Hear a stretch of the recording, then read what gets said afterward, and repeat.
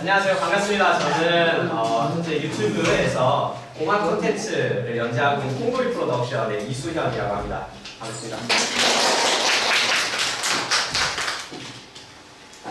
자, 오늘 아침부터 이렇게 와주셔서 정말 감사드리고요. 우선 이제 오늘 어떻게 오늘 어떤 식으로 이제 강의를 진행할지 먼저 말씀드리겠습니다.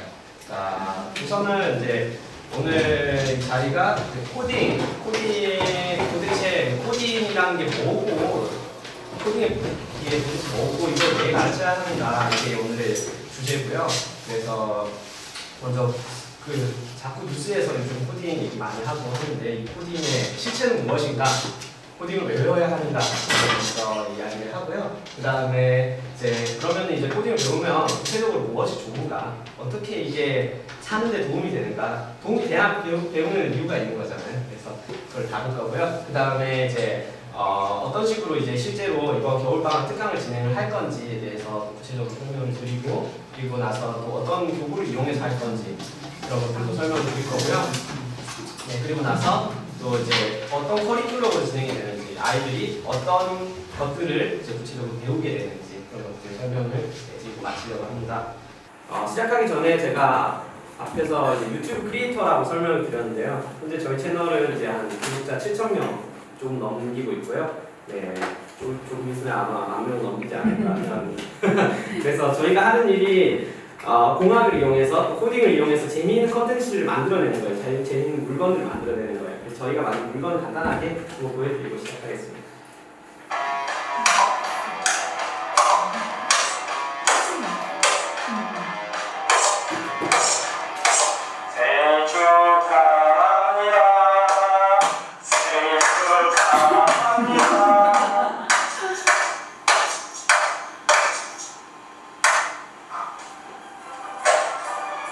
네, 이게 뭔지 다들 아시겠죠? 박수 소리로 이제 전등불 밤에 끌어가기 귀찮잖아요. 저 멀리 있고 항상 전등 스위치는 멀리 있어요. 그래서 이걸 좀 더 쉽게 재밌게 끌 수 있는 방법이 없을까 하다가 이제 아두이노라는 걸 이용해서 또 박수 소리에 반응하는 센서가 있어요. 이 센서를 활용해서 코딩을 하고 이제 박수 소리 인식해서 전등을 대신 꺼주게 하는 그런 걸 만든 거예요. 다른 것도 하나 보여드릴게요.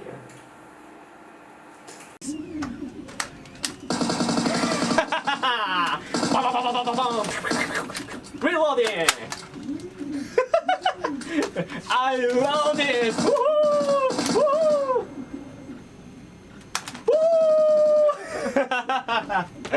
이게 이제 총을 만든 거예요. 총을 어린 친구들, 어린 학생들 총 게임 정말 좋아하잖아요. 근데 이제 요즘에 VR도 많이 나오는데 컴퓨터에서 할 수 있는 총 게임을 진짜 총을 들고 할 수 있으면 훨씬 더 재밌지 않을까 이런 생각에 이제 만들어본 작품이에요. 보면 막 얘도 선이 엄청 많죠. 보면은 꼬였는데 이게 다 이제 아두이노라는 걸 이용해서 만들고 코딩해서 이제 이쪽에 조이스틱을 만든 거죠. 총 조이스틱을. 네, 영상에서는 안 나오지만 실제로 이렇게 움직이면 따라서 움직이기도 하고 해서 이거는 이제 저희가 전시를 종종 나가는데 이런 작품들 전시하는 그런 행사들이 많아요. 그런데 나가서 이제 학생들이 직접 체험해 볼 수 있게 하면, 게임 체험해 볼 수 있게 하면 너무 좋아요. 학생들이 이거 진짜 신기하다 하면서. 그래서 이런 작품들을 이제 만들고 있습니다. 네. 자, 그래서 오늘 그러면 도대체 코딩이 무엇인가에 대해서 먼저 한번 이야기해 보려고 해요. 자, 한 가지 이제 예시를 들어볼게요. 자, 엄마가 아들한테 심부름을 시켜요. 자, 아들 당근 3개하고 우유 1팩 사와. 만약에 우유가 없으면은 그러면은 두유를 3팩을 사오는 게 좋겠다 하고 심부름을 시켜요. 그러면 이제 우리 똑똑한 아들은 네 이러고 쫄래쫄래 가서 이제 가장 가까운 마트에 가서 장을 봐오겠죠. 자, 장을 보는데 이제 당근은 3개를 샀어요. 근데 우유가 없어요. 그러면은 당연히 이제 두유 3팩 사오라고 했으니까 두유 사오겠죠. 만약에 당근이 없어요. 그럼 어떡할까요? 당근이 없으면 어떡하지 하다가 뭐 엄마한테 전화를 하거나 아니면은 그냥 돈 좀 남았는데 그냥 과자나 사가야겠다 이러고 과자를 사가거나 하겠죠. 만약에 뭐 마트가 없으면, 마트가 문을 닫았으면 어떡할까요? 그러면 또 다른 마트를 가겠죠. 이렇게 이제 우리는 되게 자유로운 판단을 할 수 있잖아요. 사람은 참 똑똑하죠. 그래서 자유의지라는 게 있고 뭔가 어떤 문제가 생겼을 때 융통성 있게 이 문제를 해결을 할 수가 있어요. 이번에는 질문을 조금 다르게 해볼게요. 자, 만약에 이제 세상이 좋아져서 요즘에 막 홈로봇 많이 나오잖아요. 꽤 많이 나와요. 뭐 인천공항 같은 데 가면 이제 그 안내해주는 로봇도 있더라고요. 저번에 갔는데 혼자서 이제 다니면서 뭐 좀 도와드릴까요 하면서 다니는 그런 로봇들도 있고요. 세상이 좋아져서 이제 집에 심부름 시킬 수 있는 가정용 로봇이 생겼다고 생각을 해보죠. 로봇한테 일을 시켜요. 자, 당근 3개, 우유 1팩 사와줘 하고 시켜요. 그러면 이제 로봇이 이제 바퀴도 달려있어서 쭉 불러가요. 이제 가서 사는데 이제 자, 당근 3개를 샀어요. 우유가 없으면 우유 3팩 사오라 했으니까 사겠죠. 당근이 없으면 어떡할까요? 그러면은 이제 에러를 띄우겠죠. 당근이 없는데 어떡하지? 아무 그 요청사항이 없었잖아요. 그럼 그냥 이제 보장하는 거예요. 거기서 혼자 뱅글뱅글 돌고 있겠죠. 만약에 마트가 문을 닫았어요. 그럼 마트 문이 열릴 때까지 계속 뱅글뱅글 거리겠죠. 그럼 이제 뭐 다음날 돼서 사올 거 아니에요. 이렇게 이제 이 참 컴퓨터라는 게 참 요즘에 굉장히 똑똑해지고 있고 막 인공지능 이런 이야기도 나오고 있지만 사실 컴퓨터의 기본은 이거예요. 컴퓨터는 시킨 일을 정말 잘해요. 근데 정말 시킨 일만 해요. 시킨 일을 정말 빠르게 잘하는데 항상 시킨 일만 해요. 그렇기 때문에 컴퓨터한테 일을 시킬 때는 언제나 잘 시켜야 돼요. 똑똑하게 잘 시켜야 돼요. 만약에 당근이 없으면 뭘 사오고 그게 없으면 또 뭘 사오고 그게 없으면 또 뭘 사오고 마트가 닫았으면 어느 마트로 가고 이런 것들을 모두 하나하나 설명을 해줘야 되는 거예요. 그게 우리가 지금 쓰고 있는 스마트폰이나 이런 뭐 노트북이나 데스크탑이나 우리가 접하고 있는 모든 컴퓨터의 가장 기본적인 원칙이에요. 자, 그래서 이 컴퓨터를 그럼 어떻게 가르칠 거냐, 컴퓨터한테 어떻게 일을 시킬 거냐, 그게 바로 코딩이에요. 네, 코드를 짠다라고 해서 코딩이거든요. 그래서 코딩은 크게 2가지 요소로 구성이 되어 있어요. 먼저 일을 시켜야 되니까 컴퓨터가 알아들을 수 있는 언어가 필요하겠죠. 그리고 그 언어로 이제 만들어진 어떤 논리가 필요해요. 이 논리라는 것은 어떻게 일을 할까요? 네, 그래서 뭐 예를 들면은 이제 마트를 어떻게 선택을 할까? 그 수많은 이제 우리 집 주변에 수많은 마트 중에 어떤 마트를 선택할 것인가? 그 다음에 뭐 만약에 사오라고 했던 어떤 물건이 없으면 어떻게 할 것인가? 그리고 또 이왕이면 더 장을 빨리 볼 수 있으면 더 좋잖아요. 우리는 이제 마트 가면 당근 어디 있고 또 뭐 우유 어딘지 잘 알아요. 그러니까 가는 길에 이제 당근 보이면 당근 짚고 우유 보이면 우유 짚죠. 컴퓨터는 그렇게 안 해요. 자, 당근을 먼저 사라 했죠. 그럼 바로 문 앞에 우유가 있는데 일단 당근을 사러 가요. 당근 사러 가서 당근 3개를 사요. 3개가 없고 2개만 있으면 그럼 또 고장나는 거예요. 이런 식인 거죠. 그래서 어떻게 하면 장을 더 효율적으로, 효과적으로 볼 수 있을까? 더 빠른 시간 안에 최단거리를 볼 수 있을까? 이런 것도 하나의 문제가 될 수 있어요. 자, 그래서 결국 이제 코딩이라는 것은 이 컴퓨터가 알아들을 수 있는 뭐 C 언어, 자바, 파이썬 이런 언어들이 가장 대표적인데요. 요즘에 파이썬이라는 언어도 굉장히 많이 쓰고 있어요. 어쨌든 이런 언어들을 이용해서 컴퓨터한테 일을 시키는 거예요. 네, 논리적으로 하나하나 순서대로 일일이 가르쳐 주는 거죠. 이 융통성 없는 컴퓨터에게 이런 하나하나 나열을 해서 가르쳐 줘야 되는 거예요. 자, 그래서 잡스가 살아생전에 이런 얘기를 했어요. 이제 우리나라에 사는 모든 사람들이 프로그램을 컴퓨터를 어떻게 프로그래밍 할지, 어떻게 코딩을 할지를 배워야 된다. 왜냐면 어떻게 생각하는지를 가르쳐 주기 때문이다. 라는 이야기를 했어요. 이 결국 무슨 말이냐면 프로그램이라는 것이 굉장히 복잡한 논리로 구성되어 있어요. 우리가 쓰는 카카오톡, 지하철 노선도, 웹브라우저, 워드 프로세서 모두 굉장히 복잡한 논리들로 구성되어 있어요. 그렇기 때문에 컴퓨터한테 어떻게 일을 시킬지 고민하는 그 과정 자체가 우리가 어떻게 더 똑똑하게 생각하는지, 어떻게 더 논리적으로 사고하는지를 가르쳐 준다는 거죠. 근데 그래서 요즘에 이제 코딩 교육 중요하다는 얘기가 참 많이 나오고 있잖아요. 이제 의무교육으로 전환되고 있죠. 이미 이제 시행되고 있고 2020년까지 모두 이제 초중고가 다 이제 의무교육으로 바뀌어요. 코딩 교육이 외국에서도 이미 많이 그렇게들 하고 있고요. 근데 이제 그러다 보니까 또 뭐 코딩 학원들도 참 많이 생겨요. 이제 어쨌든 학교에서 배우는 것만으로는 또 부족할 수도 있잖아요. 그러니까 많이 생기고 있는데 근데 이제 한 가지 문제가 있습니다. 한 가지 문제가 있어요.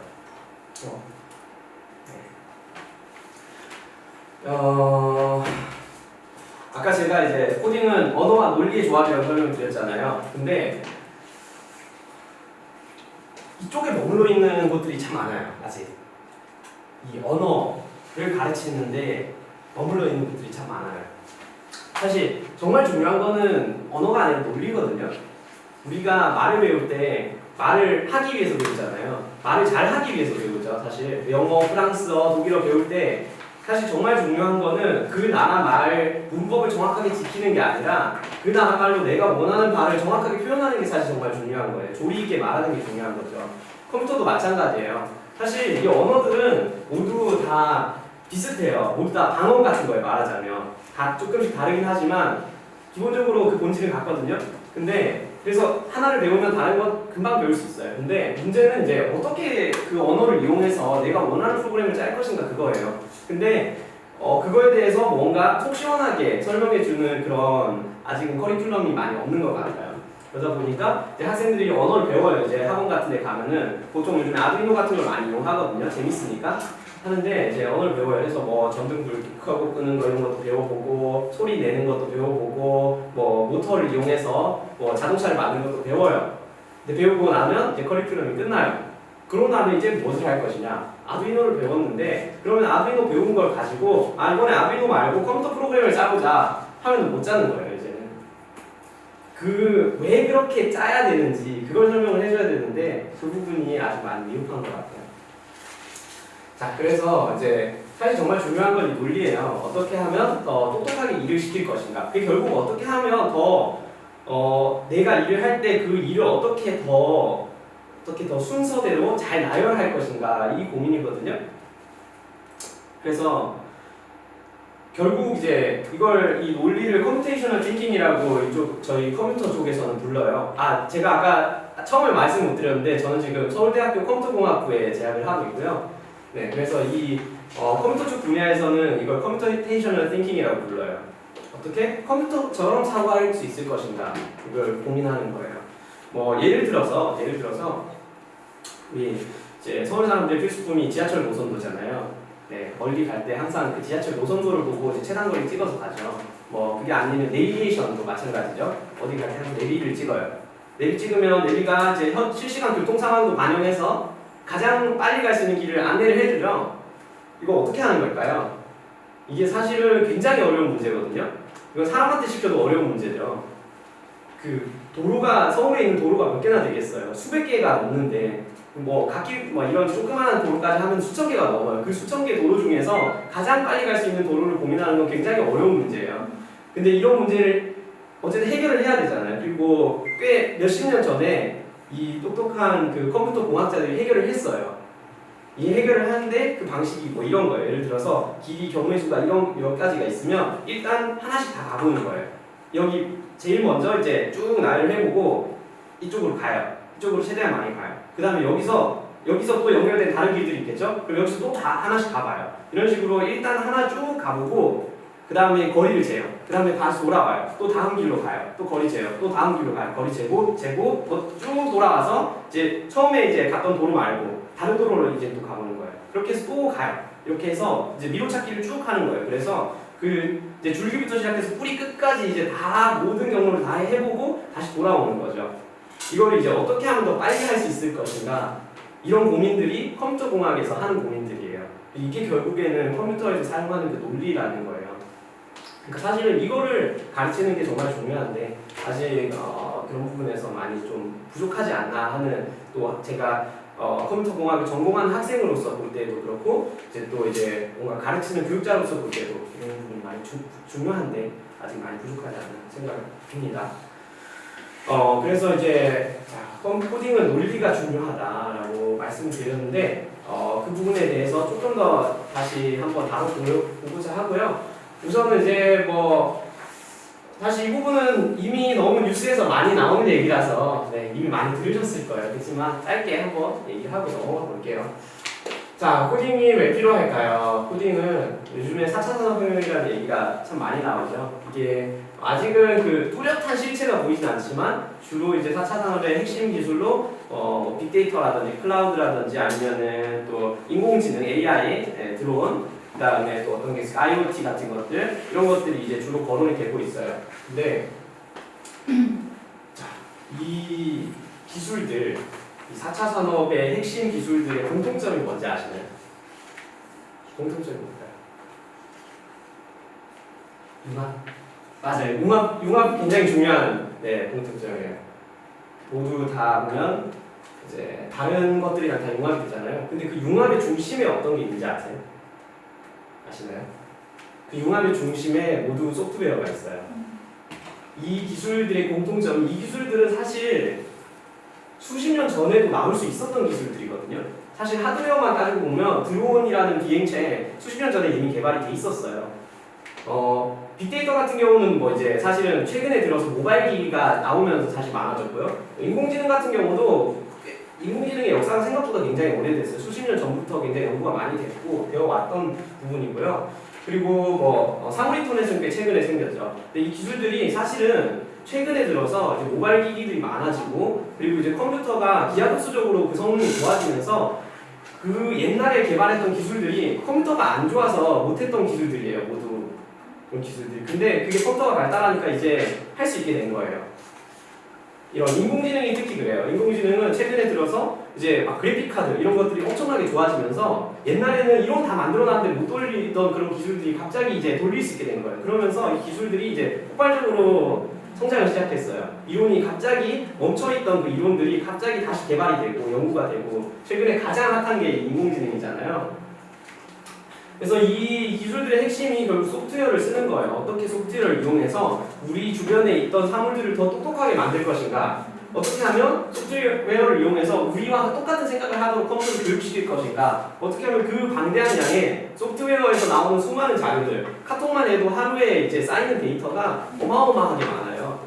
이제 최근 이제는 유튜브도 요즘에 엄청나게 성장하고 있잖아요. 유튜브에서 하루에 쌓이는 데이터가 우리가 인류가 수백 년 동안 쌓아놓은 데이터보다 더 많아요. 매일매일 그렇게 쌓이고 있어요. 그러니까 이 데이터들을 어떻게 처리할 것인가 이런 고민을 해야 되는 거예요. 그러니까 자연스럽게 이제 관련된 일자리들도 많이 패러다임이 변하고 있죠. 그 알파고 나왔을 때 기억하시나요? 그때 이세돌이랑 이제 딱 5번 그 했었잖아요. 그때 제일 많이 나왔던 이야기가 이제 우리 일자리 다 잃는 거 아니냐 이런 얘기였어요. 저는 반은 맞고 반은 틀린 얘기라고 생각해요. 어떤 부분에서 맞냐면 우리가 하고 있는 수많은 일들 중에 단순 작업 생각보다 굉장히 많거든요. 특히 사무실 가면은 이제 매일매일 엑셀 작업하고 이제 파워포인트 이런 거 만들고 하잖아요. 이런 것들은 인공지능이 이미 굉장히 많이 넘어왔어요. 이쪽 분야로. 단순 작업들은 모두 이제 인공지능이 이제 할 수 있는 그런 시대가 되고 있거든요. 그리고 그렇죠. 그래서 앞으로 이제 굉장히 많은 일자리들이 없어질 것이다라고 이제 이제 미래 예측을 전문적으로 하시는 분들이 많이 이런 얘기를 해요. 그리고 이제 그 대신에 이제 소프트웨어가 훨씬 더 성장할 것이다라는 이야기도 하고요. 근데 여기서 정말 중요한 게 뭐냐면 그러면 어떤 일자리가 안 없어지고 어떤 일자리가 계속 남을 것인가 생각하면은 사실은 그 컴퓨터가 하지 못하는 정말 사람만이 할 수 있는 직관적이고 굉장히 차기적인 일들이 끝까지 남을 것이다라는 이야기를 하거든요. 그럼 거기서 다시 또 이 이야기가 나오는 거예요. 그러면은 그 직관력과 창의력의 핵심이 무엇인가 하면은 결국 그게 어떻게 우리가 논리적으로 사고를 하는가 그 부분이에요. 그래서 이제 세계적으로도 이 중요성을 굉장히 많이 체감하고 있기 때문에 많은 나라에서 이제 코딩 교육을 이미 실천을 하고 있어요. 뭐 미국 같은 경우는 이제 가장 선도적인 그런 나라 중에 하나고요. 이스라엘도 굉장히 기술 개발에 굉장히 관심 많아요. 공학 쪽에. 뭐 인도도 마찬가지고요. 인도는 정말 공학 하나에 정말 집중하는 국가잖아요. 근데 이제 보면 중국도 있어요. 중국이 제가 이제 이런 메이킹 관련 공학 관련된 일들을 많이 하다 보니까 중국에 종종 가는데요. 중국에 보면 신천이라는 도시가 있거든요. 신천이라는 곳이 중국어 셴젠이라고 부르는 곳인데 거기가 이제 IT 중심 도시예요. 말하자면 중국의 실리콘밸리 같은 곳이에요. 여기에 모든 IT 회사들이 다 모여 있어요. 여기 가면은 일단 테슬라 차가 다녀요. 모두. 우리나라에 테슬라 차 많이 보신 적 없으시죠? 간혹가다 한 번씩 보거든요. 여기는 택시가 다 테슬라예요. 네, 우버 택시 이런 거 다니거든요. 우버 택시 부르면 테슬라가 와요. 그리고 뭐 전동길 라인봇 이런 거 있잖아요. 요즘에 많이 타고 다니는 이런 스쿠터 이런 거 다 여기서 만들고요. 신천에서 만들고요. 여기 가면 전자상가가 있는데 전자상가가 건물만 수십 개가 한 곳에 모여 있는. 근데 한 건물에 카메라 하나만 팔아요. 옆에 건물에 CCTV만 팔고요. 옆에 건물에 배터리만 팔아요. 이 정도로 우리나라는 급이 다른 그 스케일의 그게 구축이 돼 있어요. 그래서 중국이 우리나라는 아직도 중국을 무시할 때가 많지만 사실은 중국이 우리나라를 이미 오래전에 따라잡았어요. 이런 테크 쪽에서는.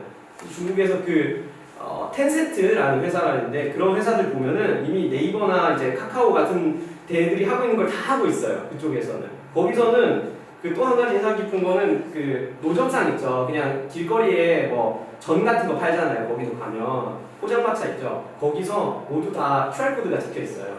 QR코드 스마트폰으로 찍으면 결제가 돼요. 그러니까 다른 거예요, 이게. 그래서 굉장히 많은 나라에서 이미 소프트웨어 교육을 의무화하고 있고 이쪽은 굉장히 중점적으로 이제 중요하게 생각하고 있어요. 우리나라에서도 대학 중심으로 이제 소프트웨어 중점 대학 이런 것들이 굉장히 많이 생겨나고 있고요. 그래서 이제 굉장히 많이 생겨나고 있고 제가 이제 컴퓨터공학과 학생으로서 느끼는 건데 사실 5년 전만 해도 컴퓨터공학과가 공학 분야에서 우리나라에서 공학 분야에서 아주 인기 있는 학과는 아니었어요. 특히 지방에서는 더 그랬거든요. 그때만 해도 이제 가장 인기 있는 곳이 전기공학과, 화학공학과, 기계공학과 이렇게 세 개였어요. 전학이라고 줄여서 부르는데 이 세 군데가 가장 인기가 많은데 여기에 컴퓨터가 추가됐어요. 어떻게 보면 컴퓨터가 가장 인기가 많아졌어요. 이 기계공학과, 화학공학과가 컴퓨터공학과로 복수전공을 신청하는 학과 중에 가장 비중이 높은 학과들 중에 하나예요. 또 다른 하나는 경영학과. 굉장히 많이 들어와요. 그래서 복전생이 예전에 저희 학과에서 제가 입학할 때만 해도 5년 전에 제가 입학을 했는데 5년 전만 해도 복전생을 찾기가 되게 힘들었어요. 복전생 있으면 복전생이야 어서와 하면서 같이 놀고 그랬어요. 이제는 복전생이 저희 학과 학생만큼 많아요. 2배로 늘었어요. 그러니까 이제 경쟁률도 엄청나게 높아지고, 아예 입시 경쟁률 자체도 엄청나게 높아졌죠. 관련 학과도 이제 많이 생겨나고 있고, 컴퓨터공학과가 아니라도 뭐 소프트웨어 융합학과 이런 것들이 굉장히 많이 생겨나고 있어요. 회사에서도 마찬가지로 소프트웨어 관련 인력을 굉장히 많이 뽑고 있고요. 사실은 이게 가장 중요하죠. 일자리가 되느냐, 어떤 사람들을 뽑느냐가 중요하잖아요. 요즘에 취업이 정말 안 되죠. 요즘에 서울대학교 와도 취업이 안 되거든요. 서울대학교에서 거의 유일하다고 하면 이게 잘못된 말일 수 있지만 거의 유일하게 취업 걱정이 없는 학과가 컴퓨터공학과예요. 여기서는 아직도 사람이 부족해요. 부족해서 어떤 일을 하고 있냐면 삼성전자 같은 경우는 그 소프트웨어를 아예 대학생 때부터 가르쳐요. 프로그램들을 막 멤버십 뭐 무슨 그런 것들을 하고 있어요. 그래서 대학생 때부터 가르친 다음에 뽑는 거예요. 그러니까 없으니까 양성해서라도 뽑자 이런 거죠. 뭐 카카오 같은 경우도 이제 마찬가지고요. 라인, 이 네이버 소속의 그 메신저를 만드는 회사로 우리나라에 많이 알려졌지만 라인에서 기술 개발을 굉장히 많이 해요. 이 라인에서도 개발자 굉장히 많이 뽑고요. 기존에 있는 전자 회사들 그리고 이제 넥슨 다들 아시죠? 여기에 그 게임 회사, 아이들 시간을 빼앗아가는 그 게임 회사 여기서도 개발자들 사실 게임의 핵심이 개발자이기 때문에 넥슨에서도 관련된 그런 활동을 많이 하고 있는데 그 중에 하나로 이제 NYPC라는 게 있어요. 이게 넥슨 유th 프로그래밍 챌린지라는 건데 말 그대로 초중고생들을 데려다 놓고 대회를 하는 거예요. 매년 대회를 해요. 그래서 이제 어떤 대회를 하냐면 문제를 내요. 문제를 내는데 아주 어려운 문제예요. 그걸 컴퓨터를 이용해서 그 문제를 푸는 프로그램을 만들라고 애들한테 시켜요. 그래서 그런 것들을 이제 알고리즘이라고 부르거든요. 앞에서 제가 말씀드린 그 논리를 이제 표현한 것을 알고리즘이라고 해요. 어떻게 이제 최단거리 경로를 찾을 것인가 이런 것들 알고리즘이라고 부르는데 그 알고리즘 경시대회를 해요 매년. 근데 경쟁률이 엄청 높아요. 올해 아마 정확하게 기억이 나진 않는데 올해 아마 2,000명 정도가 지원을 했다고 들었어요. 그리고 여기서 토크 콘서트를 하거든요. 제가 한 2달쯤 전에 감사하게도 거기 연사로 초청이 돼서 갔었는데 한 100명 정도 이제 모아놓고 코엑스에 있는 SM타운이라는 연예인들 막 SM 거기 타운에서 콘서트홀에서 그렇게 해요. 하는데 진짜 그것도 경쟁률이 막 거의 뭐 몇백 명 신청했다 거의 1,000명 가까이 신청했다. 어쨌든 굉장히 많이 신청하고 굉장히 인기가 많아요. 그리고 이제 끝나고 나니까 이제 다들 막 학생들 활동하게 듣다가 이제 30분 정도 강의했는데 끝나고 나니까 쭉 줄을 서요. 사인해달라고. 200명 줄을 서서 저 그때 사인이 얼마나 힘든 건지 알았어요. 이게 연예인분들이 진짜 대단한 거구나. 200명한테 사인하려고 하면 거의 사인하는데 1시간이 걸리거든요. 허리 진짜 아프고 막 이걸 이제 창의력이 떨어져요. 이걸 뭐라고 써야 될까 이걸 뭐 반갑습니다, 막 고마워요, 행복하세요 이런 거 쓰고 나면 이제 생각이 안 나요. 그러면은 그냥 스마일 하나 하고 그냥 날짜 적고 이러는 거예요. 그만큼이나 소프트웨어 관련된 그 학생들의 관심도 굉장히 많아지고 있는 것 같아요. 그래서 이제 그 코딩 교육이 얼마나 이제 중요시되고 있는지에 대해서 말씀을 드렸어요. 자, 그래서 이제 그러면 이게 코딩 교육을 실제로 했을 때 이게 우리에게 어떤 도움을 주는가, 우리 아이들에게 어떤 실질적인 도움이 되는가에 대해서 한번 이야기를 이제 해볼게요. 그 앞에서 제가 계속 논리가 중요하다 막 이런 말씀 드렸잖아요. 그 컴퓨터의 논리라는 게 어떤 거냐면 이런 거예요. 되게 단순해요.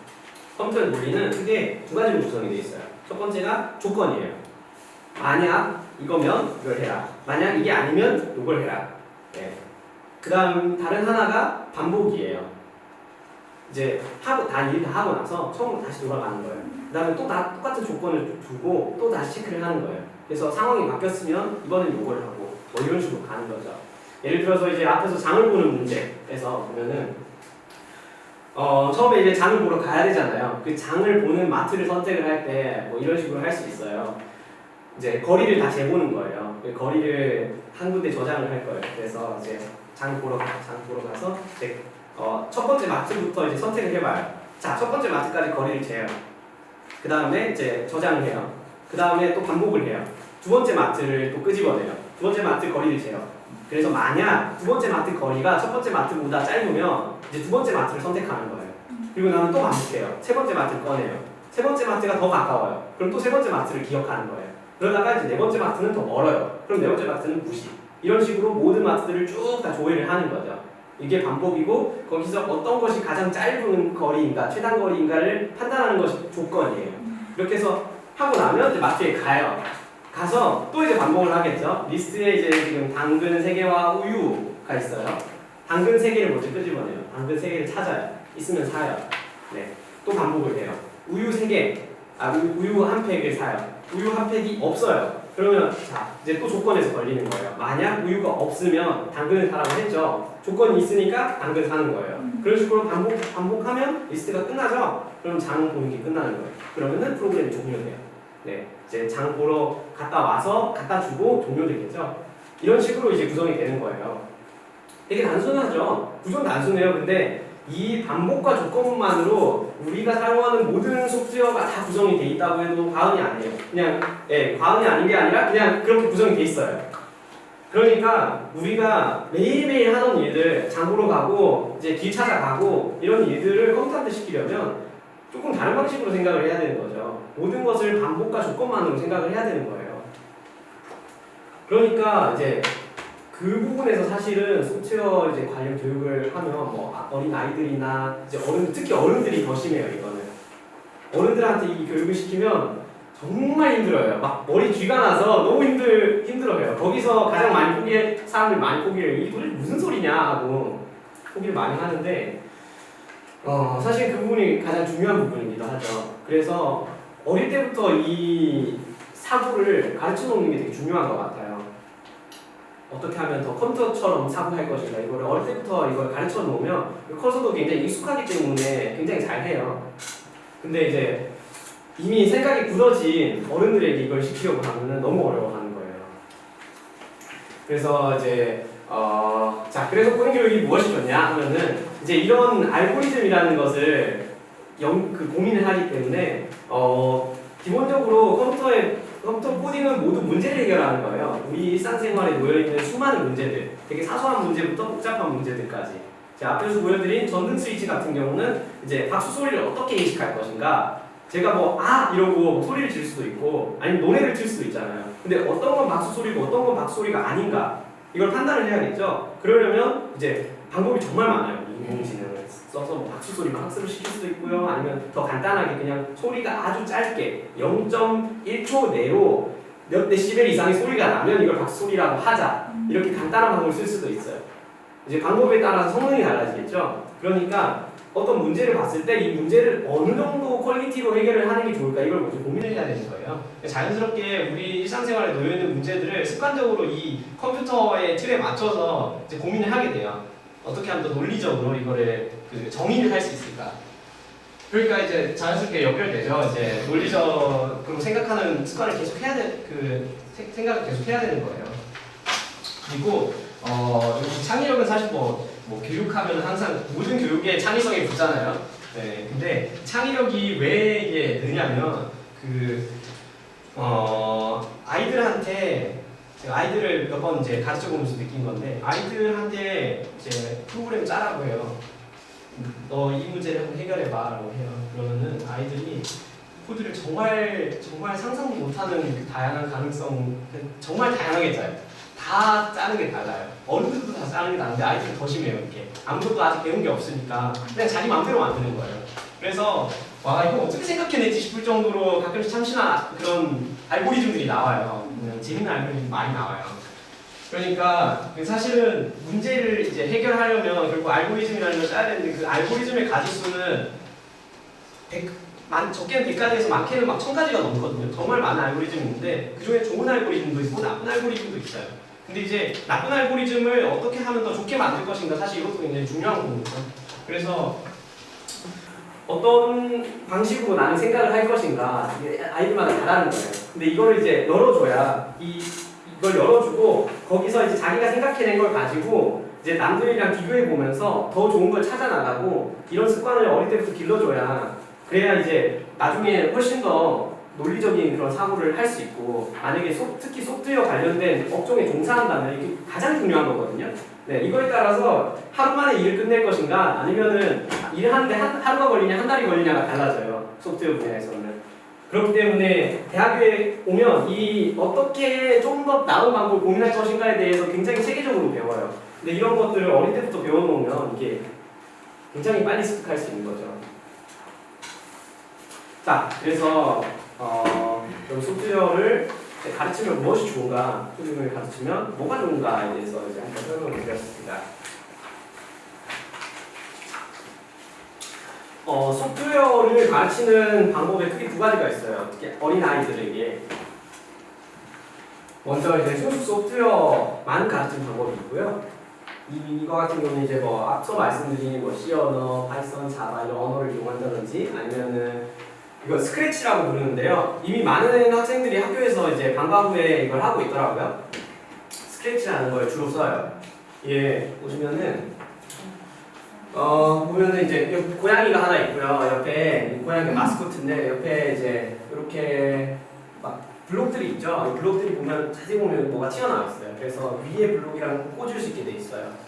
여기 보면 이제 색깔별로 있죠. 그래서 이게 뭐냐면 이게 고양이를 움직이는 그런 코드예요. 움직이는 코드인데 처음에 시작을 해요. 시작을 해서 고양이를 뭐 찾아서 고양이를 오른쪽으로 몇 픽셀 움직이고 그 다음에 뭐 또 다른 작업을 하고 또 반복을 해요. 뭐 이런 식으로 계속 도는 거예요. 그걸 이제 어려운 언어로 짜는 게 아니라 이 블록으로 하나하나씩 코드를 맞추듯이 끼워 맞춰가지고 코딩을 하는 거죠. 이게 이제 처음 코딩을 배우는 어린 아이들한테는 굉장히 진입장벽이 낮기 때문에 이걸 많이 써요. 그래서 뭐 이걸 가지고 게임을 만들 수 있어요. 예를 들면 뭐 앞에 사과가 이제 떨어지면 고양이가 사과를 줍는 그런 게임을 만든다든지 또 뭐 여기서 만약 키보드 입력을 받아요. 키보드 입력 받아서 키보드 입력이 왼쪽이면 왼쪽으로 움직여라.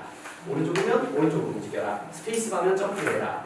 다 아니면 그냥 넘어가라. 이런 식으로 계속 반복을 또 할 수 있겠죠. 반복문과 조건문을 이제 배울 수 있는 그런 하나의 언어예요.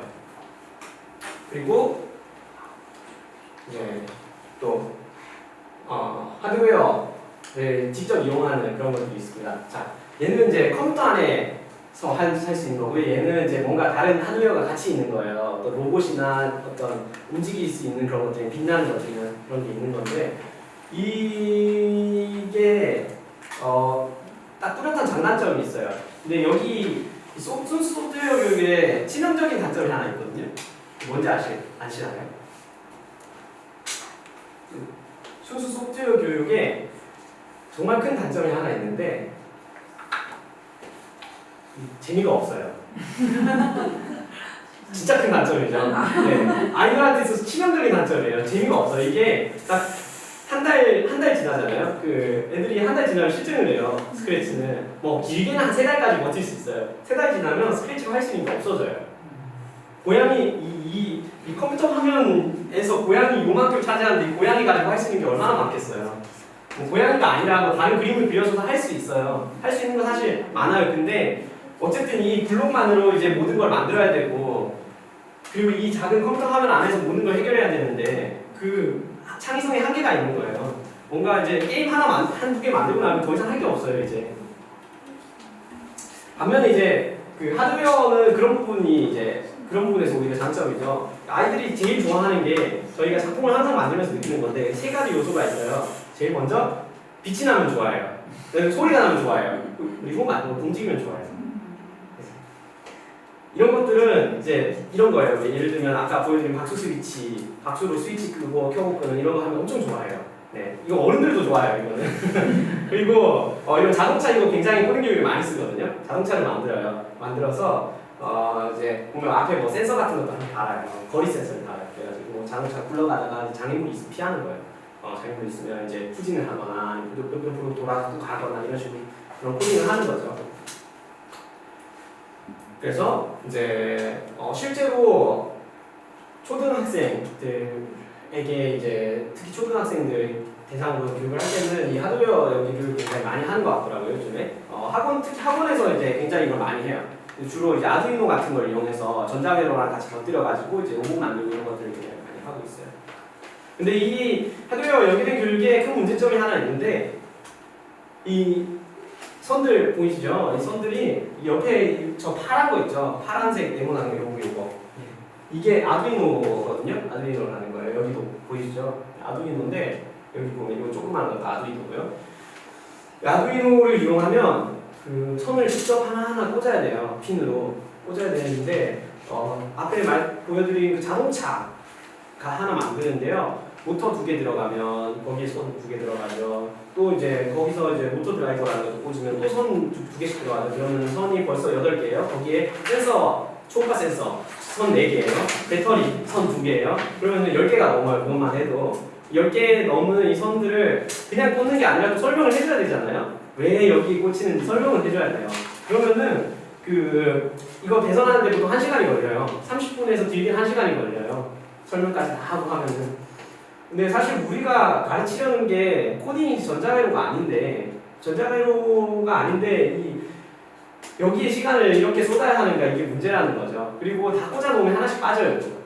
이게 가장 열받는 부분인데 선생님이 지금 안 돼요 해서 가보면 하나 빠졌어요. 빠졌네 하면서 진짜네? 이러면서 또 꽂고 이제 또 해요. 근데 자꾸 빠져요 선이. 그러니까 이게 참 큰 단점이에요. 이걸 안 할 수 있게 이제 또 하는 방법도 있어요. 그래서 보면 그냥 커넥터 잘 만들어서 커넥터만 또 꽂으면 이제 할 수 있게 하는 것들도 있어요. 근데 항상 이런 앞에서 말씀드렸지만 이렇게 그 블록 방식으로 무언가를 만들면요 단점이 그거예요. 할 수 있는 게 적어져요. 그만큼. 그러니까 이게 뭔가 좀 교육을 쉽게 시키려고 좀 이제 만들다 보면은 그러면 이제 할 수 있는 게 적어지고 이게 굉장히 딜레마인 거예요. 그래서 이제 실질적으로는 이걸 굉장히 많이 쓰죠. 여전히 아두이노를 많이 써요. 그리고 이제 뭐 책에 있는 대로 배선하렴, 그리고 이제 코드 따라서 치렴 이런 식으로 보통 교육을 많이 하는 것 같더라고요. 그래서 이제 저희가 좀 고민해봤어요. 이번 특강이 어쨌든 특강이니까 또 저희가 어쨌든 저희는 아두이노를 굉장히 많이 쓰거든요. 아두이노 많이 써온 거고 또 아이들 많이 가르쳐온 그거니까 그 사람들이니까 좀 이 짧은 시간 안에 어떻게 하면 더 많은 것들을 아이들에게 효과적으로 전달할 수 있을까 고민을 되게 많이 했는데 자 그래서 이제 장점은 차이로 단점 보완한 새로운 코딩 교육은 없을까요? 하면은 있습니다. 있으니까 이제 맞겠죠. 그래서 이제 선정을 한 게 이제 오드링크라는 제품을 선정을 했어요. 이게 이렇게 생겼어요. 보면은 이 선은 제가 오늘 이따가 한번 시범 보여드릴 거거든요. 간단히 시험을 보여드릴 거 그것 때문에 꽂아놓은 거고 기본적으로 이제 보면은 이제 몇 개 모듈을 꽂을 수 있게 돼 있어요. 여기 사진으로 더 자세하게 보여드릴 건데 기본적으로 얘는 아두이노예요. 정확히는 여기 꽂혀 있는 게 아두이노예요. 근데 딱 그 핀들을 맞춰놨어요. 그래서 이제 아두이노 꽂고 옆에 센서들을 이제 꽂을 수 있게 돼 있어요. 근데 이 센서들이 얘도 사실은 그런 거예요. 이제 말하자면 블록식이죠. 블록식으로 그냥 꽂아서 배선을 따로 안 해도 되게 만들어 놓은 건데, 얘가 좋은 게 보통 그 블록식으로 뭔가를 하는 애들이 제일 큰 단점이 그거예요. 센서가 많이 없어요. 그러니까 이제 교육대 한 10개 센서 다 쓰고 나면은 그 다음에 센서가 안 남아요. 그러면 이제 할 수 있는 게 끝나는 거예요, 거기서. 근데 얘가 좋은 게 센서가 벌써 40가지가, 그쵸? 예, 80, 예. 가지가 엄청 많아요, 종류가. 사실 아두이노에서 쓸 수 있는 거의 모든 센서들, 시중에서 구할 수 있는 거의 모든 센서들이 다 맞춰져서 나와 있어요. 그래서 괜찮더라고요. 최근에 이걸 이용해서 한번 써봤는데, 그래서 많이 쓰고 있고, 이거를 또 어디서 많이 쓰냐면 실제 개발자들이 많이 써요. 사실 아두이노를 가지고 배선을 하는 게 보통 일이 아니거든요. 굉장히 오래 걸리고 선 빠지면은, 그러면은 선이 한 40개 넘으면 이제 뭐가 빠졌는지 몰라요. 다 뜯어봐야 돼요. 다 뜯고 다시 꽂아야 돼요. 그럼 몇 시간이 그냥 가요. 근데 이제 이게 좋은 게 그냥 꽂아서 바로 테스트를 할 수 있으니까 실제로 시제품 같은 개발할 때도 많이 또 쓰이고 있고요. 그래서 이게 가장 적합하지 않을까 해서 선정을 했습니다. 그래서 네, 전체적으로 이런 식으로 구성이 될 거예요. 먼저 이제 센서들을 이제 종류인데 다양한 종류 센서들이 있고, 이걸 가지고 이제 꽂아서 저희가 이제 뒤에 말씀드리겠지만 여러 가지 이제 것들을 만들어 볼 거예요. 만들어 보고 이제 보면은 뭐 예를 들면 초음파 센서 받는 그런 것들 모듈이 있어요. 초음파 센서 모듈이 있어요. 초음파 센서 모듈 꽂고, 그다음에 자동차 모터를 돌리기 위한 모터 드라이브 모듈 꽂고, 이런 식으로 이제 하는 거예요. 이건 아두이노에서도 마찬가지예요. 그래서 아두이노에서도 마찬가지로 모터 드라이브 꽂는데, 선을 4개 직접 점퍼로 꽂느냐 아니면은 원래 있던 그 자리에 꽂느냐, 이거의 차이인 거죠. 그렇게 해가지고 사실 아두이노로 만들 수 있는 걸 거의 다 똑같이 만들 수 있어요. 거의 다가 아니라 그냥 똑같이 만들 수 있어요. 그래서 이걸 선정을 했고요. 이게 또 한 가지 또 좋은 게 앞에 말씀드린 것처럼 실제로 이걸 이용을 하기 때문에, 산업에서 이용을 하기 때문에 배워놓으면 나중에 이제 소프트웨어 관련된 업종에서 나중에 이제 커서 종사를 한다 이런 거 했을 때 바로 써먹을 수 있으니까 그런 면에서도 또 좋은 것 같아요. 그래서 이제 또 한 가지 좋은 게, 얘가 원래 이 모드링크라는 제품이 IoT 개발용으로 만들어진 보드예요. IoT가 이제 요즘에 뭐 AI 스피커 이런 것도 많이 쓰고, 집에서 좀 또 어떤 게 있나요? 전 자취를 해서 사실 잘 그런 걸 안 쓰는데 혼자 사니까 IoT 제품들이 되게 많잖아요. 이게 좋은 게 스마트폰이랑 연동이 돼요. 그래서 스마트폰에도 이 모드링크 앱이 있거든요. 앱 깔아가지고 거기서 버튼들을 끌어다 드래그 앤 드롭으로 직접 UI를 만들 수 있어요. 그 다음에 이쪽에도 마찬가지로 코딩을 해요. 그러면은 뭐가 되냐면 여기 센서, 뭐 예를 들면 온도 센서, 습도 센서, 뭐 미세먼지 센서 이런 거 있어요. 그러면은 스마트폰으로 그게 보이는 거예요. 여기 와이파이 접속하면 그대로 보이는 거예요. 그 다음에 여기서 버튼을 딱 눌러요. 모바일에서 버튼을 누르면 여기 있는 모터가 돈다든지 하면 이제 뭐 아까 앞에서 보여드렸던 그런 것도 할 수 있는 거죠. 저기다가 이제 모터 하나, 전등 스위치에다 모터 하나 달아놓고 이제 띵 누르면은 탁 켜주고 꺼주고 이런 것들도 가능하고, 뭐 커튼 펼쳐주고 이런 것도 가능하고, 또 자동차 조종 같은 것도 할 수 있겠죠. 이게 되게 큰 장점인데, 보통 이 IoT 관련된 것들 교육을 하려면 되게 복잡하거든요. 와이파이 같은 걸 쓰는데, 인터넷에 쓰는데 이게 되게 복잡해요. 근데 이거를 좀 쉽게 만들어 놔서 딱 이거 용 보드라서 그런 부분이 또 한 가지 장점인 것 같아요. 그래서 그래서 사실 이제 제일 중요한 부분이죠. 그래서 이번 특강에는 무엇을 배우는지 이제 말씀을 한번 드려볼게요.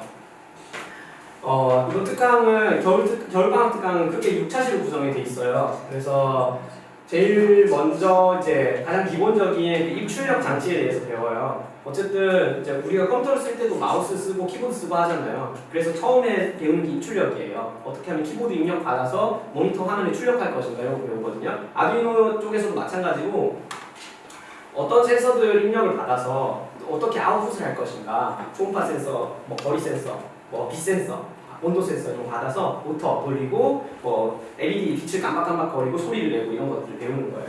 그래서 여기서 이제 애들이 정말 좋아하는 건데, 이게 과일악기를 만들 거예요. 여기 앞에 보면 지금 과일이 놓여 있죠. 일단 한번 보여드릴게요. 그래서 이제 과일을 누르면 소리가 나는 거예요. 과일 악기를 직접 만들어 보는 그런 체험을 할 거예요. 그래서 이제 센서 이런 거 들어있죠. 그 다음에 다음 시간에는 이제 제일 중요한 앞에서 말씀드린 반복문과 조건문, 그 논리에 대해서 기본적인 논리에 대해서 배울 거예요. 그래서 여기서 이제 자율주행 로봇 만들기라고 되어 있는데 이따가 한번 보여드릴게요. 그 자동차를 만들 거예요. 앞에 근데 센서랑 또 앞에 이제 이 고개를 까딱까딱 할 수 있는 모터가 달려 있어요. 그래서 이제 장애물을 자기가 알아서 피해서 가는 거예요. 그래서 이 부분 같은 경우는 논리가 사실 여기 제일 중요한 부분이거든요. 그래서 두 차시로 구성을 했어요. 첫 차시 이제 기본적으로 if문, 뭐 else문, for문, while문 이런 것들에 대해서 배울 거예요. 참고로 이 아두이노는 기본적으로 C 언어를 사용하고요. 사실 C 언어가 쉬운 언어는 아니에요.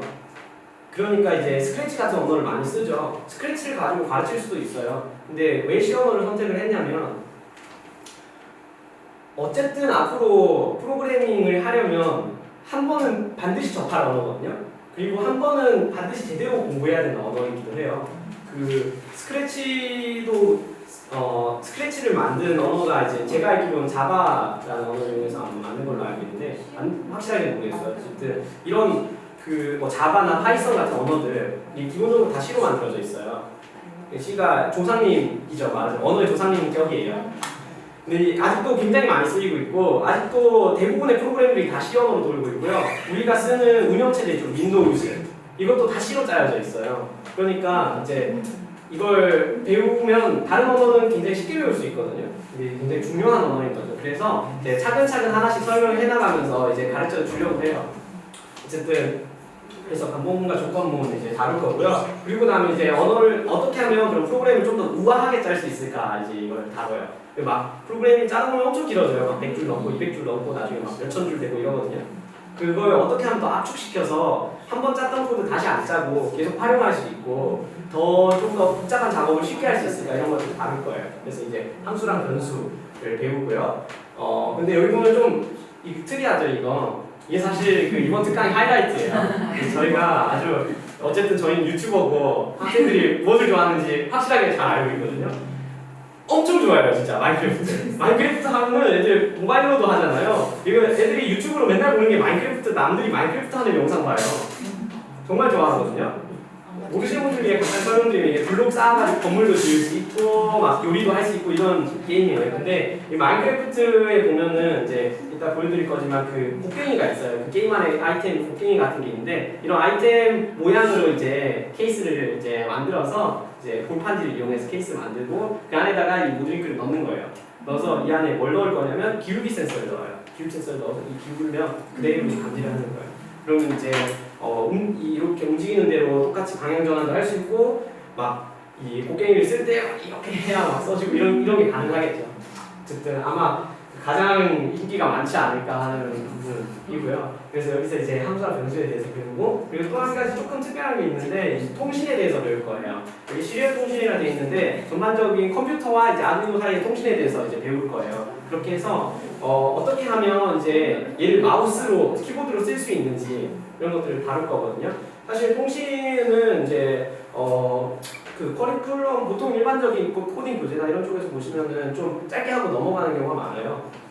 그래서 그냥 짧게 다루고 넘어가는데 사실 시리얼 통신이 굉장히 중요한 부분이에요. 이런 것들이 컴퓨터랑 결국 아두이노는 얘는 디스플레이가 없기 때문에 그리고 얘를 이용해서 뭔가 진짜 많은 일들을 하려면 결국 컴퓨터랑 연결을 해야 되고 또 인터넷이랑 연결을 해야 돼요. 근데 거기에 이제 기본이 되는 것들이 이런 시리얼 통신 같은 것들이거든요. 그래서 이런 부분을 또 한번 어쨌든 특강이니까 특별히 한번 또 다뤄보면 어떨까 해서 이제 편성을 했고요. 그래서 여기서 이제 아이들이 직접 써먹을 수 있는 조이스틱을 만드는 거예요. 하나라도 좀 애들이 직접 해볼 수 있는 그리고 집에서 가지고 놀 수 있는 그런 걸 만드는 게 교육을 하는 입장에서도 가장 좋지 않을까, 아이들의 기억에 가장 많이 남지 않을까 그런 생각이 들어서 이제 편성을 했습니다. 마지막에 또 한 가지 조금 독특한 게 있는데요. 여기 보면 그냥 심화학습이라고만 되어 있어요. 그렇지만 여기서 뭘 할 거냐면 이거는 한번 조금 이따가 다시 자세하게 한번 짚어드릴게요. 그래서 이제 보여드리면 제일 먼저 이제 과일 악기를 만들고요. 이러면서 이제 이게 말하자면 정전식 터치 센서예요. 우리 스마트폰 다 터치로 되잖아요. 이것처럼 터치 센서를 만드는데 과기를 이용해서 터치 센서를 만들 수 있어요. 그래서 우리 몸은 이제 정전기가 통하잖아요. 그래서 딱 만지면은 그러면 이제 반응을 하는 거예요. 그래서 이제 이걸로 이제 악기 연주를 할 수 있는 도레미파솔 연주를 할 수 있는 그런 걸 만들 거예요. 그다음에 이거는 이제 제가 예전에 그냥 시범 삼아서 한번 만들어본 거였는데 이거보다 훨씬 더 예쁘게 아마 나올 거예요. 아이들 한번 시범 삼아 한번 가르쳐 본다고 만들어봤던 건데 앞에 이제 초음파 센서 달리고 여기는 보이지 않지만 이제 서브모터라는 게 달려요. 그래서 초음파 센서를 옆으로 까딱까딱 할 수 있어요. 그다음에 이제 바퀴 두 개가 달려서 굴러다닐 수 있는 거예요. 이걸 이용해서 이제 뭘 할 거냐면 미로찾기 이런 것들을 해볼 거예요. 장애물들을 넣고 이제 직접 피해가는 그런 로봇을 만드는 거예요. 그다음에 이제 이게 그 곡괭이거든요. 딱 게임같이 생겼죠. 네. 하여튼 이거 보면 엄청 좋아요. 이거 옥션에서 팔거든요. 이런 실제 곡괭이도. 네, 정말 좋아요. 그래서 이걸 이제 만들어 볼 거고요. 여기서 이제 함수, 변수에 대해서 또 배우고 또 PC와 통신을 어떻게 하는지 이 부분도 다룰 거예요. 그리고 나서 마지막에 이제 구성을 한 게 사실은 한 차시가 이제 3시간으로 구성이 돼요. 6차시 하면 총 18시간이죠. 18시간 안에 뭔가 코딩의 A to G를 모두 다 한다 이게 굉장히 힘든 거예요. 저희는 이제 제가 중학교 때 처음 코딩을 배우기 시작해서 이제 10년 넘게 코딩을 해오고 있는데 정말 짧은 시간이에요. 정말 짧은 시간이지만 최대한 핵심만 다루기 위해서 굉장히 많이 쳐내고 또 압축했어요. 단축했어요. 그래서 이왕이면 해보는 거 끝에 한 번쯤은 사실은 소프트웨어 코딩 교육이라는 게 사실 그래요. 어린 아이들한테 처음에 가르칠 때는 처음에는 자 이거 보이는 대로 따라 쳐라고 할 수밖에 없어요. 왜냐면 처음에 아무것도 모르니까. 네. 일단 하나하나 따라 치면서 조금씩 배워 나가는 거예요. 하다 보면 나중에 근데 선생님 이거 왜 치는 거예요? 하면은 그때 이제 설명해 주는 거죠. 그런 식인데 그러다 보니까 이게 잘못하면 복사 붙여넣기식 교육이 될 수도 있어요.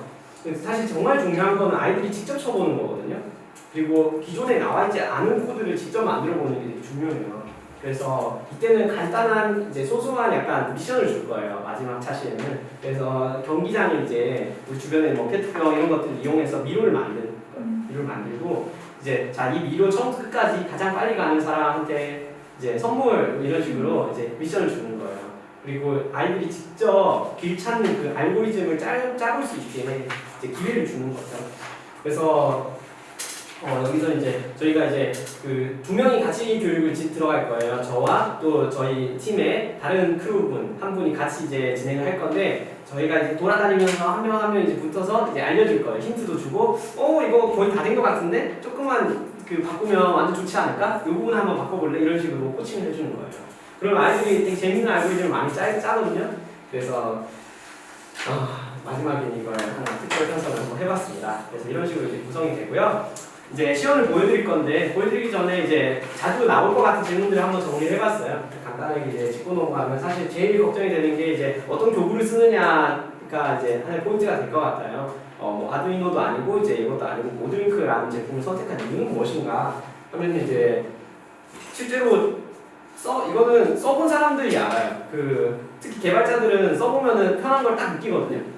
네, 이걸 써봤을 때 확실하게 좋은 것은 3시간 중에 만약에 1시간이 개선으로 들어가요. 그럼 2시간밖에 안 남는 거잖아요. 근데 사실 저는 정말 논리에 집중해서 가르치고 싶었거든요. 그러니까 훨씬 더 이 테마에 맞는 그런 교육을 할 수 있을 것 같아서 우선 선정을 했어요. 그리고 또 이제 이게 블록으로 된 것 치고 정말 몇 안 되는 제대로 된 키트예요. 대부분 보면 센서가 몇 개 없어서 이제 하고 나면 정말 교육용으로만 만들어진 경우가 많은데 이거는 원래 실제 산업에서 쓰기 위해서 만들어진 거라서 정말 많아요. 센서의 가지수가 할 수 있는 가지수가 많아서 그래서 이제 수업이 다 끝나고 특강이 다 끝나고 나서도 이제 직접 이제 이걸 가지고 뭔가 해볼 수 있는 그런 거라서 이제 선정을 했습니다. 그리고 이제 앞서 시언어를 사용할 거라고 말씀드렸어요. 시언어가 쉬운 언어가 아니라고도 말씀드렸고요. 하지만 블록 코딩으로 할 수 있는데 명백한 한계가 있고 그리고 블록 코딩을 하더라도 결국엔 시언어를 배워야 돼요. 시언어를 배우고 블록 코딩을 하는 거는 정말 쉽거든요. 이거는 그냥 안 배워도 알아서 해요. 네. 근데 이걸 하고 이걸 하는 거는 또 새로운 일이에요. 그때는 어차피 배워야 될 언어라면 그 어렵다고 피하는 거는 좋은 방법은 아니라고 생각해요. 그래서 정말 중요한 거니까 그만큼 이제 정말 중요한 포인트와 중요하지 않은 포인트를 나눠서 가르쳐 줄 거예요. 사실 우리한테 중요한 거는 어떤 언어를 가르치는지가 아니거든요. 어떻게 논리를 가르치는지인데 논리를 뭐 알고리즘 짜려면 언어가 있긴 해야 되잖아요. 그렇다면 이왕 배울 거라면은 가장 많이 쓰고 그리고 가장 기본이 되는 언어를 다루는 게 좋지 않을까 생각을 해서 이제 C 언어를 이용하기로 이제 결정을 내렸습니다. 그리고 이제 제일 중요한 거, 사실 이제 가르치는 데 몇 시간이 걸리고 이런 것들은 어떻게 보면은 가르치는 사람의 입장이에요. 제일 중요한 거는 아이들이 이걸 좋아하냐거든요.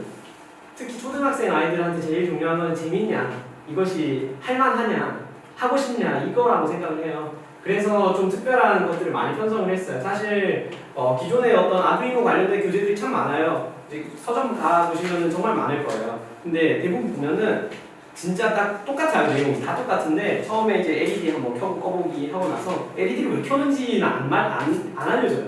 LED를 갖고 뭘 할 수 있는지는 안 알려줘요. 근데 사실 우리는 쓰기 위해서 배우잖아요. 정말 중요한 건 그 실제로 써먹을 수 있고, 만약에 내가 소프트웨어 업계에 종사하지 않더라도 앞으로 모든 것들, 우리 주변의 모든 것들이 다 컴퓨터로 대체될 텐데, 그러면은 컴퓨터를 다룰 줄 알아야 되잖아요. 컴퓨터를 어떻게 가르치는지를 알아야 되는데, 거기서 이제 써먹을 수 있는 더 실용적인 교육이 됐으면 하는 바람에서 이런 식으로 좀 더 재미있는 주제를, 이건 저희 이제 점의 특허 마인크래프트를 어디에서도 아마 가르쳐주지 않을 거예요. 아마 저희가 처음 하고 나면 이제 사람들이 뺏겨서 하지 않을까요? 근데 어쨌든 이런 식으로 편성을 했습니다. 자, 그래서 이제 그렇고요. 이제 교구도 굉장히 좋은 교구이기 때문에 굉장히 재미있는 수업을 할 수 있을 거라고 생각을 합니다. 자, 그래서 이거는 한번 이게 이제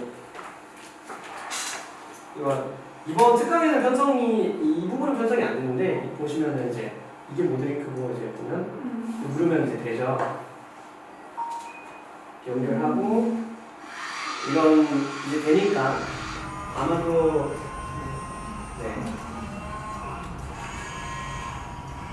이런 것도 이제 기존에 그냥 있던 508을 모드링크와 맞춘 거예요. 그런 식으로 이제 기존에 하드웨어가 있으면 모드링크가 맞으면 뇌가 되는 거죠. 뇌가 되고 얘는 이제 조종기가 되는 거예요. 이런 식으로 이제 컴퓨터가 할 수 있는 거죠. 그래서 이번 특강에는 편성되지 않았지만 아마 정기 편성이 된다면 이런 부분도 아마 포함이 되지 않을까 하고 이런 것들을 할 수 있는 사실 키트가 아두이노에서도 할 수 있지만 굉장히 복잡해요. 근데 그걸 쉽게 만들어 놓은 거라서 그런 부분에서도 아마 좋지 않을까 생각을 합니다. 자, 그래서 이제 한번 간단하게 시연을 보여드릴게요.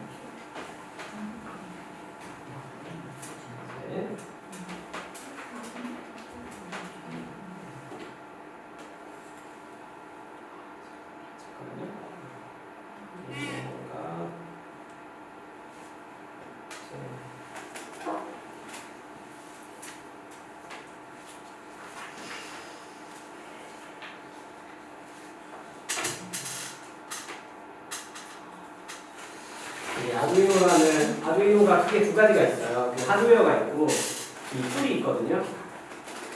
모드링크도 마찬가지로 안에 결국 아두이노가 들어가는 거기 때문에 아두이노 기반이기 때문에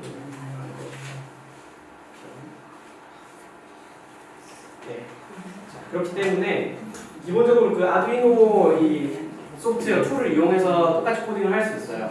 그래서 이게 과일학기 첫 차시 할 과일학기에 들어갈 이제 코드인데요. 그러면 이제 다 영어로 돼 있죠. 이게 이제 특히 초등학교 한 2학년, 3학년까지 아이들에게 엄청난 난관이에요. 처음 갔는데 갑자기 영어가 나와요. 당황해요.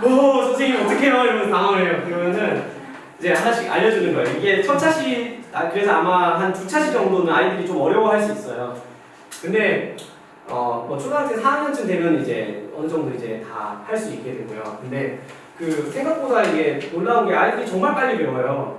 그래서 이제 영어를 잘 모르는데도 어쨌든 이거를 치고 뭔가 하면서 하나씩 알려주면 처음에는 아이들이 대소문자 구별도 잘 못하거든요.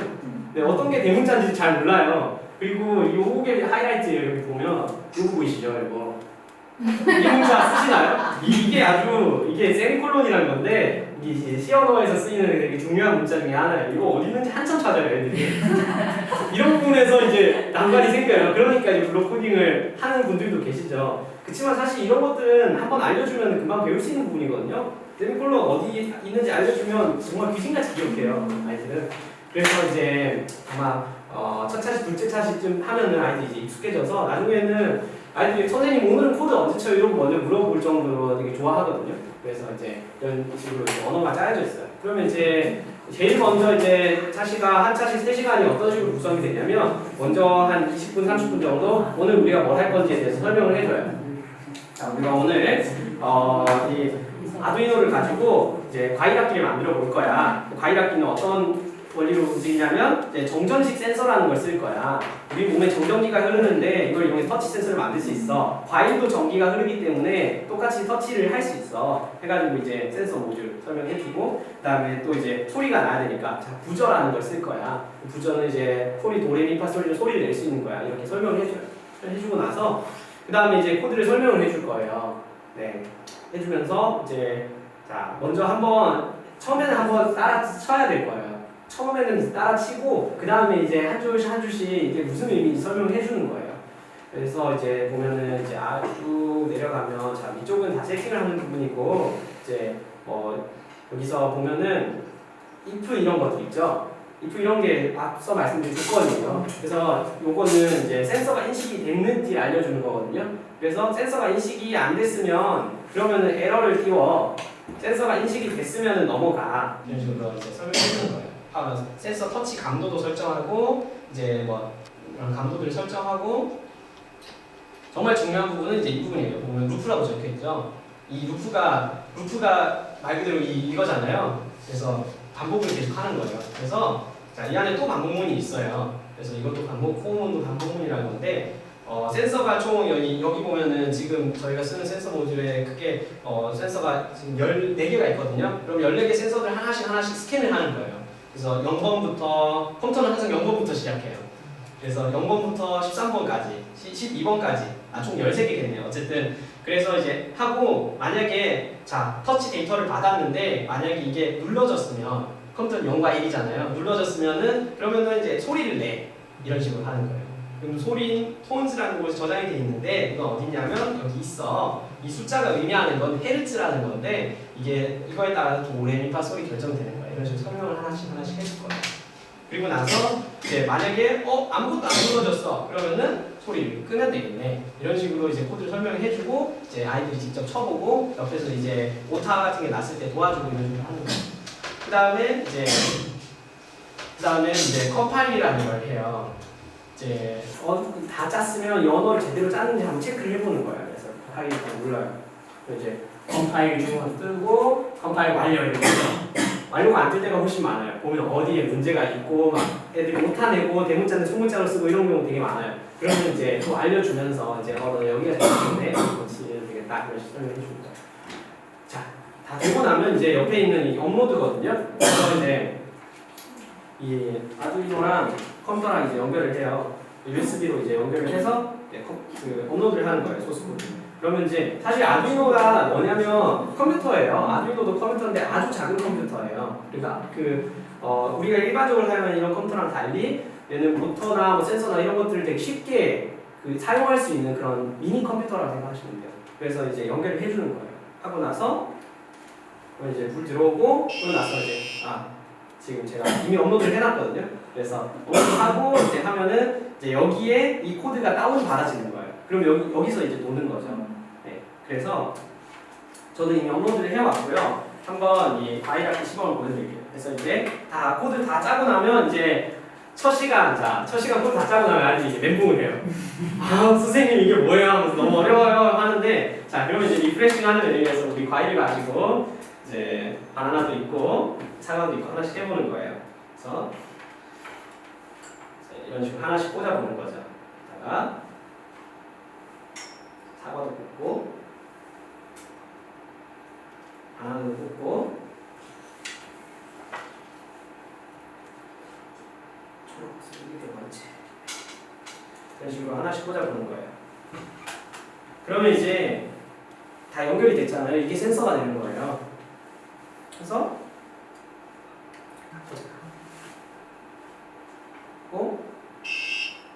소리 나죠. 도레미파솔 맞아요. 그래서 솔미파레레미파솔솔솔 이런 게 가능한 거예요. 미레도레미 이런 게 되는 거예요. 네. 이러면 이제 애들 신나서 다 쳐요. 자기가 아는 모든 노래를 다 쳐봐요. 네. 그러다가 이제 갑자기 질문이 들어와요. 선생님 라는 없어요? 도레미파솔로 할 수 있는 데는 한계가 있으니까. 그러면 이제 그러면 업그레이드 버전으로 자 라를 넣으려면 어떻게 해야 될까? 센서는 많이 있기 때문에 근데 우리는 도레미파솔에 해당하는 이 주파수만 입력을 해준 거예요. 그럼 이 아래에 라 하나 더 추가하면 되겠죠. 그래서 이제 라는 몇 헤르츠 설명해주고 이제 아이들 직접 쳐보고 이제 진짜로 오는지 테스트를 해보는 거예요. 그래서 이런 식으로 이제 수업이 항상 진행이 될 거예요. 그리고 이제 다 이제 가지고 놀고 나면은 이제 마지막에 한번 복습해보고 자 이번 시간에는 이런 것들 배웠는데 여기서 이제 제일 포인트는 이런 부분들이었어. 오늘 배운 포인트는 이거야. 다음 시간엔 이걸 더 응용해서 이런 걸 해볼 거야. 이런 식으로 알려주고 네 이런 식으로 수업이 진행이 될 예정입니다. 그래서 이제 오늘 이제 네 특강은 이런 식으로 이제 진행됐고요. 자 그래서 궁금한 점이 있으시면 네 말씀해 주시면 감사하겠습니다. 정규 교육이 편성이 되면 네. 선생님이 또 맞춰서 와주시나요? 그거는 아직 협의 중에 있는데요. 아마 네. 근데 일단 정규교육이 편성되면 지금은 이제 6차시로 구성이 돼 있잖아요. 정규교육 때는 훨씬 더 차시가 많아질 거예요. 그러면 거기에 맞게 저희가 같이 커리큘럼을 처음부터 끝까지 같이 만들 거예요. 저희가 이제 직접 저희가 유튜브에서 매일매일 만드는 것들 이제 사실 아이들은 이제 뭔가 공부를 만드는 걸 정말 좋아하거든요. 따라 만들어 보는 거. 네, 그래서 먼저 유튜브 영상 한번 보여주고 자 오늘 이거 만들 거야 하면서 이런 식으로 진행이 되는 거예요. 학생들의 눈높이에 맞게 더 쉽게 이제 바꾼 버전으로 커리큘럼을 이제 구성을 초보 과정부터 심화 과정까지 그 콘텐츠를 가지고 같이 교육을 할 수 있게끔 이제 정규 편성으로 꼭 뭐 디스플레이 같은 부분들도 이제 배워야 되는 부분들이고 또 통신 연결하는 부분, 블루투스로 연결하는 방법과 이제 와이파이로 연결하는 방법들 이런 부분들까지도 한 1년치 정규 과정으로 편성을 할 예정입니다. 강사분들은 이제 또 이제 어떻게 편성하는 거는 같은 협의하에 되어 있고요.